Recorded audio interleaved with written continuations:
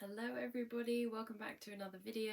Today I'm going to tell you how I save money doing my weekly food shop, and then also at the end I'm going to talk about things that I actually don't skimp on, things that I tend to spend a little bit more money on just as a personal preference. I also wanted to say thank you so much to everybody that's watching these videos. I think I'm now on 12 subscribers, which might not sound like a lot, but honestly, just the fact that anybody even wants to subscribe and wants to watch the videos, it just makes me happy because I like making them. So yeah, let's get into the video.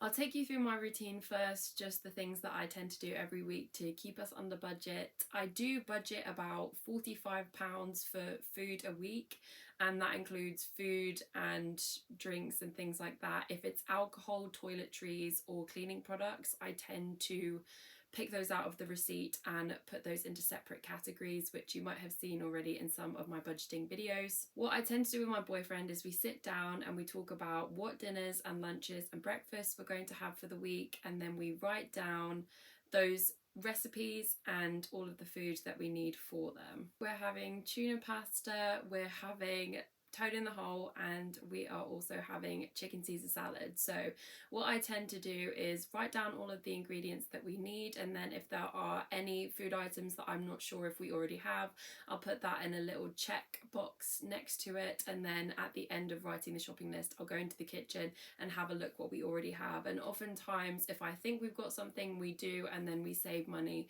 by not buying things that we haven't used up yet. I tend to eat the same thing for breakfast every week, and so does my boyfriend, and then lunches tend to stay the same as well.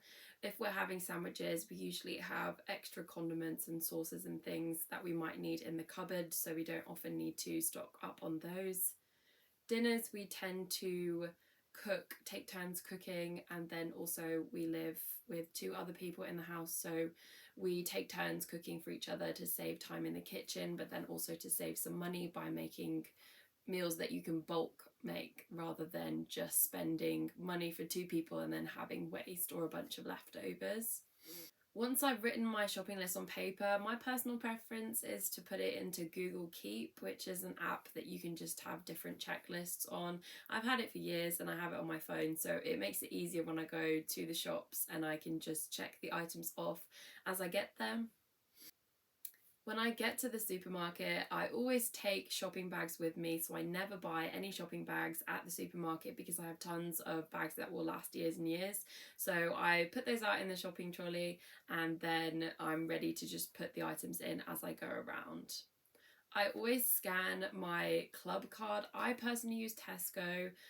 Honestly, I think most supermarkets have club card sort of things now, systems, and I always scan it you get a little scanner and then you can walk around the shop with it, and I always scan my club card there so I can see what I'm saving as I'm going around, and also I can see how much I have already spent as I'm going around, and it saves time at the checkout as well. So I scan each item and I check it off the shopping list, and then there are a few things that I do as I'm walking around which save me some money as well.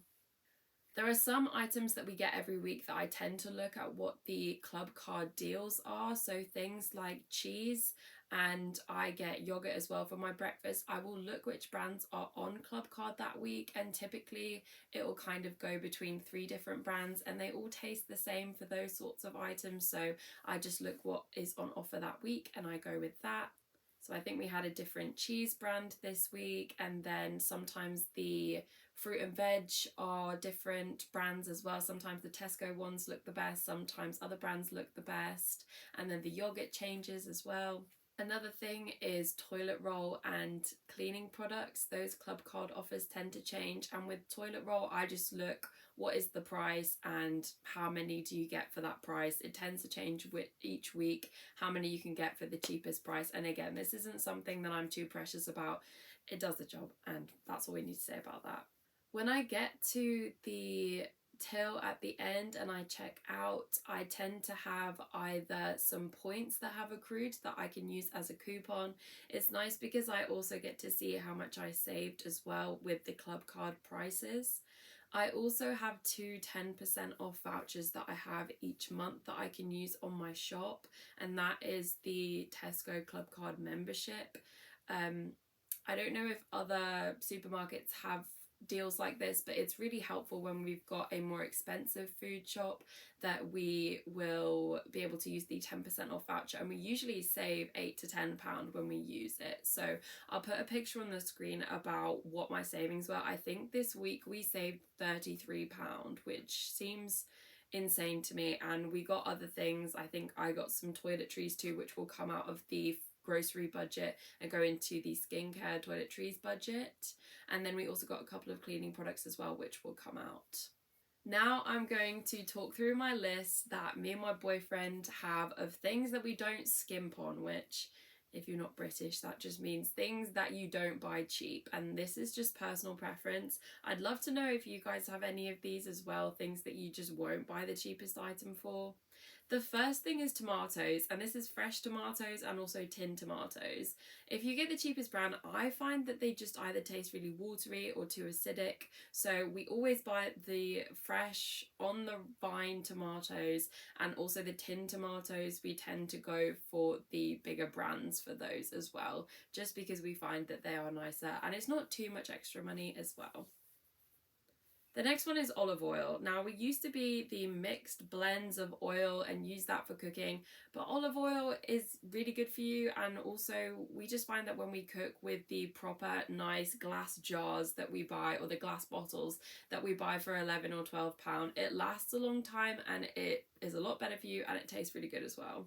The next one is skincare and toiletries. Now, this again is more preference in terms of like toothpaste and deodorant and hair care. This is just things that we've tested that we like and we tend to get the same of, and it's not always the cheapest option. So we stick with what we like. That's value for money because we're not buying things that either we hate or we just end up not using.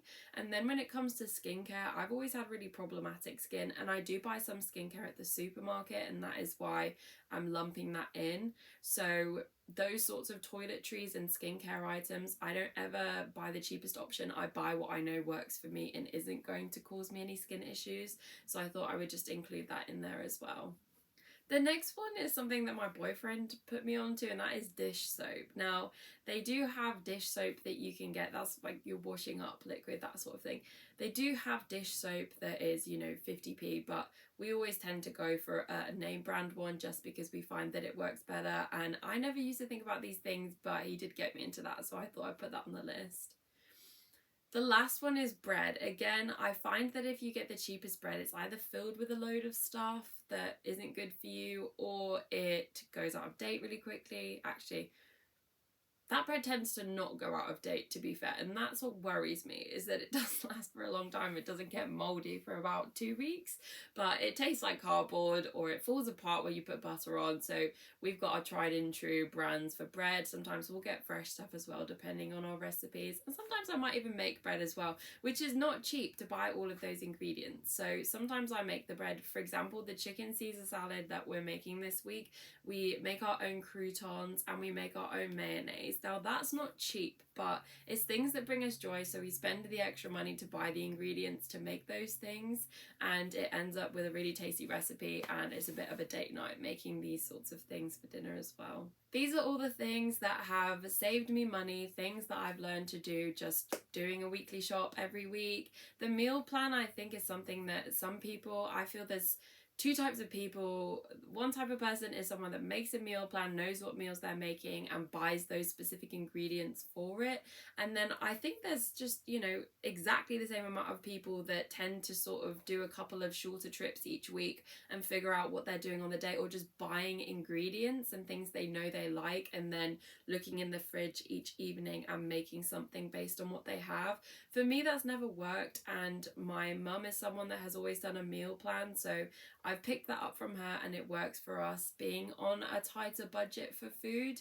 So I hope some of these tips were helpful. If you try any, if you already do some of these, and then also if you've got things that you don't tend to skimp on in terms of buying at the supermarket, I'm super interested to know what you guys choose as buying more expensive items. So put that in the comments below. I'd love to discuss some of these things, and I really hope you enjoyed this video, and I will see you in the next one.